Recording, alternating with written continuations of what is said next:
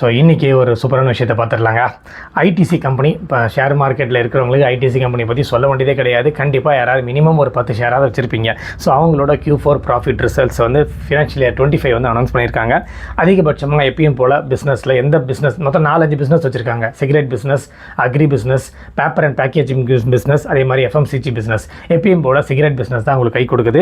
32,631.3 crores revenue, 4.9% வந்து growth காமிச்சிருக்கு. FMCG sector பார்த்தீங்கன்னாக்கா 21,981.6 crores காமிச்சிருக்காங்க ரெவென்யூ, -11.2 தான் க்ரோத் காமிச்சிருக்கு.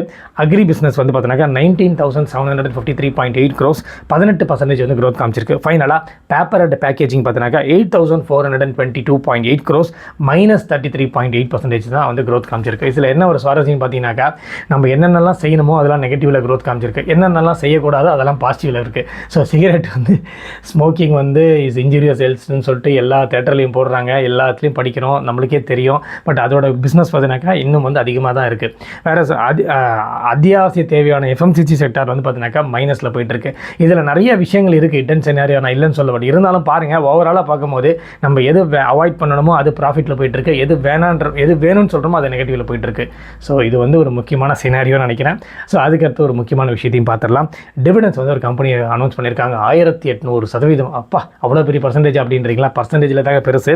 டிவிடன்ஸ் வந்து பார்த்தீங்கன்னாக்கா கம்மி தான். ஃபார்மா ஸ்டாக், யார் அந்த ஃபார்மா கம்பெனின்னு பார்த்தீங்கன்னாக்கா கிளெண்ட் ஃபார்மா, ஹைதராபாத்தில் 1978 ஸ்டார்ட் பண்ணப்பட்ட கம்பெனி. கிட்டத்தட்ட 60+ கண்ட்ரீஸ்க்கு வந்து அவங்களோட ப்ராடக்ட்ஸ் வந்து எக்ஸ்போர்ட் பண்ணிட்டு இருக்காங்க. அது மட்டும் இல்லாமல் இந்த கம்பெனி தான் first company to develop heparin technology. இந்த டெக்னாலஜி பற்றி நம்மளுக்கு மெடிக்கல் ரீதியாக தெரியாது. தெரிஞ்சதுன்னா, உங்களுக்கு யாராவது தெரிஞ்சதுன்னா மறக்காமல் கமெண்ட் செக்ஷனில் கமெண்ட் பண்ணுங்கள், அது என்ன டெக்னாலஜி அப்படின்ட்டு. டிவிடன்ஸ் 18 ரூபாய் அனௌன்ஸ் பண்ணியிருக்காங்க. 18 ரூபாய்னாலும் ரொம்ப கம்மியான அமௌண்ட் கிடையாது, நல்ல அமௌண்ட்டு தான், டீசெண்டான அமௌண்ட்டு தான். ஒரு 1000 ஷேர் வச்சுருந்தீங்கன்னா நீங்கள் கேல்குலேட் பண்ணி பாருங்கள் எவ்வளோ ப்ராஃபிட் அப்படின்னு. Net profit 187 crores. But compare பண்ணும்போது இயர் கம்பேர் பண்ணும்போது 3% டவுன் கிரேட் தான். அதே மாதிரி revenue 1,425 crores. When compare to year 7% வந்து டவுன் கிரேட் தான். பட் எபிலிட்டா மார்ஜின் வந்து இன்க்ரீஸ் ஆயிருக்கு. when compared to last year 1% increase ஆகி 24% வந்து காமிச்சிருக்காங்க. டார்கெட் பிரைஸ் 1600 ரூபாய். சரிங்களா?